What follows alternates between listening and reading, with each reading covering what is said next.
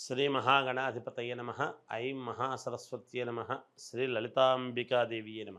ద్వాదశ రాసుల వాళ్లకు ఈ ఆగస్టు 1వ తేదీ నుంచి ఆగస్టు నెలాఖరు వరకు కూడా ఈ 12 రాసుల వాళ్లకు ఎలా ఉండబోతున్నది అనే దాని గురించి ఇప్పుడు మనం తెలియజేసుకుందాము.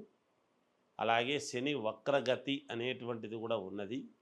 అలాగే గురువు మార్పు వలన జరిగేటువంటి పరిస్థితులు ఎలా ఉండబోతున్నాయి, ఒక్కొక్క రాశి వాళ్లకు ఎవరెవరికి చాలా యోగవంతముగా ఉన్నది, ఎవరెవరికి చిన్న చిన్న ఇబ్బందులు ఉంటాయి అనేటువంటిది ఇప్పుడు నేను తెలియజేస్తాను. మిథున రాశి వారికి ఈ ఆగస్టు నెల అంతా కూడా ఎలా ఉంటుంది అంటే చాలా బాగుంటుంది, యోగదాయకముగా ఉంటుంది అని నేను తెలియజేస్తూ ఉన్నాను. గురువు ద్వితీయంలో ఉండటం అనేటువంటి దాని వలన దైవానుగ్రహము, లాభము ఎక్కువగా మీకు పరిపూర్ణముగా అనుగ్రహించడానికి యోగదాయకముగా ఉంటుంది గాక ధనపరముగా మీరు బాగా సంపాదించుకోగలుగుతారు.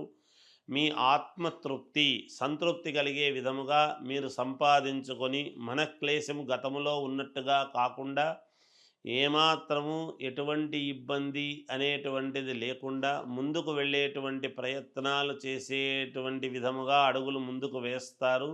సంతోషదాయకముగా గడుపుతారు. బంధువుల యొక్క రాక కానీ, బంధువులతోనూ అయిన వాళ్లతోనూ ఇంట్లో వాళ్లతోనూ మాట్లాడుకొని ఆనందదాయకముగా ఈ మాసమంతా కూడా గడిపే ప్రయత్నము చేస్తారుగాక. మీరు ఒక చిన్న మీరు చేసేటువంటి వృత్తిలో చిన్న తప్పిదము జరిగిందేమో అని మీకు మీరుగా అనుకొని కొంత ఆలోచన మనక్లేశం లాంటిది మీరు అనుకోవచ్చును. కానీ అది కూడా మీకు అనుకూలవంతముగానే జరుగుతుంది గాక. అంటే నీచత్వము భంగమై రాజయోగము పట్టటం అని అంటారు. నీచత్వం అనేది ఉంటుంది, అది భంగత్వమై రాజయోగం పట్టడం లాంటిది ఉంటుంది గాక. అందువల్ల ఎటువంటి ఇబ్బంది ఉండదు. ప్రయాణాలు చేసేదానికి సిద్ధపడతారు. ఎన్నాళ్ళ నుంచో కావాల్సినటువంటి వ్యక్తులను కలవాలి అనేటువంటి ప్రయత్నము చేస్తారుగాక. ఆధ్యాత్మికమైనటువంటి విషయాల వైపు కొంత మీరు మొగ్గు చూపుతారు. అలాగే కావాల్సిన దూరమైనటువంటి వ్యక్తులను మళ్ళీ దగ్గర చేసుకునేటువంటి ప్రయత్నాలు చేస్తారుగాక. దైవానుగ్రహం పరిపూర్ణముగా ఉన్నది. మీకు ఉద్యోగపరముగా కానీ లేదా వృత్తిపరంగా కానీ ఉండేటువంటి వాళ్లకు మీకు ఏదైతే కావాలని ఇంతకాలము నుంచి మీరు కాచుకొని వెయిట్ చేసి ఉన్నారో అది మీకు ఈ నెలాఖరులోగా దక్కబోతూ ఉన్నది అనేటువంటిది సుస్పష్టమవుతూ ఉన్నది. ఆగస్టు 20వ తేదీ లోపలే మీకు తప్పకుండా మీరు అనుకున్నటువంటి యోగాన్ని మీరు పొందగలుగుతారుగాక అనేటువంటిది తెలుస్తుంది. అంటే 3వ వారంలో మీరు విజయం సాధించి తీరతారు అని దాని యొక్క అర్థం. ధనపరంగా బాగా ఉంటుంది. కుటుంబపరముగా ఇంట్లో పిల్లల విషయంలో కానీ లేదా కుటుంబ సభ్యుల విషయంలో కానీ ఒక ఉన్నతమైనటువంటి స్థాయికి ఎదిగేటువంటి ప్రయత్నాలు చేస్తారు. అంటే వివాహాది శుభకార్యాలలో దానికి సంబంధించినటువంటివి మాట్లాడుకునేటువంటి విధానము కానీ, ఖాయం చేసుకోవటము కానీ, పలానప్పుడు చేద్దాము శుభకార్యము అని అనుకోవటము కానీ, ఇలాంటి నిర్ణయాలు తీసుకునేటువంటి ప్రయత్నాలు చేస్తారు. ఇళ్ళు కొనటము కానీ, వాహనాలు కొనటము కానీ ఇలాంటివి జరుగుతాయి.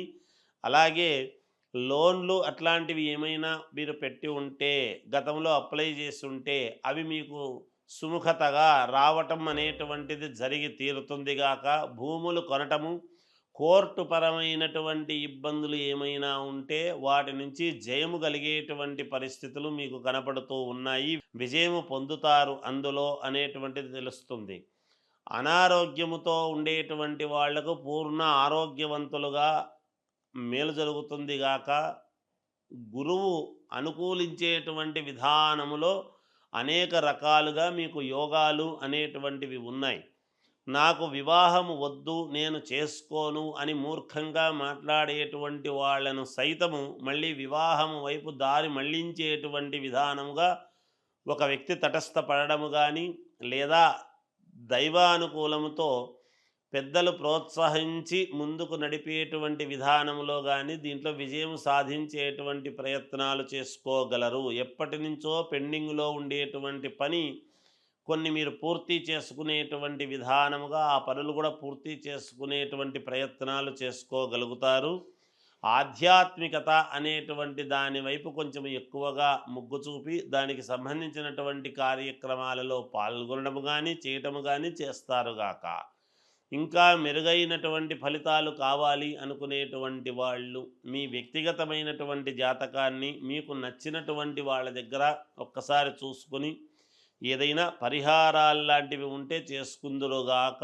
రాజకీయాలలో ఉండేటువంటి వాళ్లకు అద్భుత అవకాశము ఈ మాసము అనేటువంటిది తెలియజేస్తూ ఉన్నాను. మీకు ఏమైనా కావాల్సి ఉంటే మనసులో పెట్టుకోకుండా పూర్తిగా బయటికి పెట్టి అడగండి, మీకు తప్పకుండా జయము కలుగుతుంది అని తెలియజేస్తూ జయోస్తు.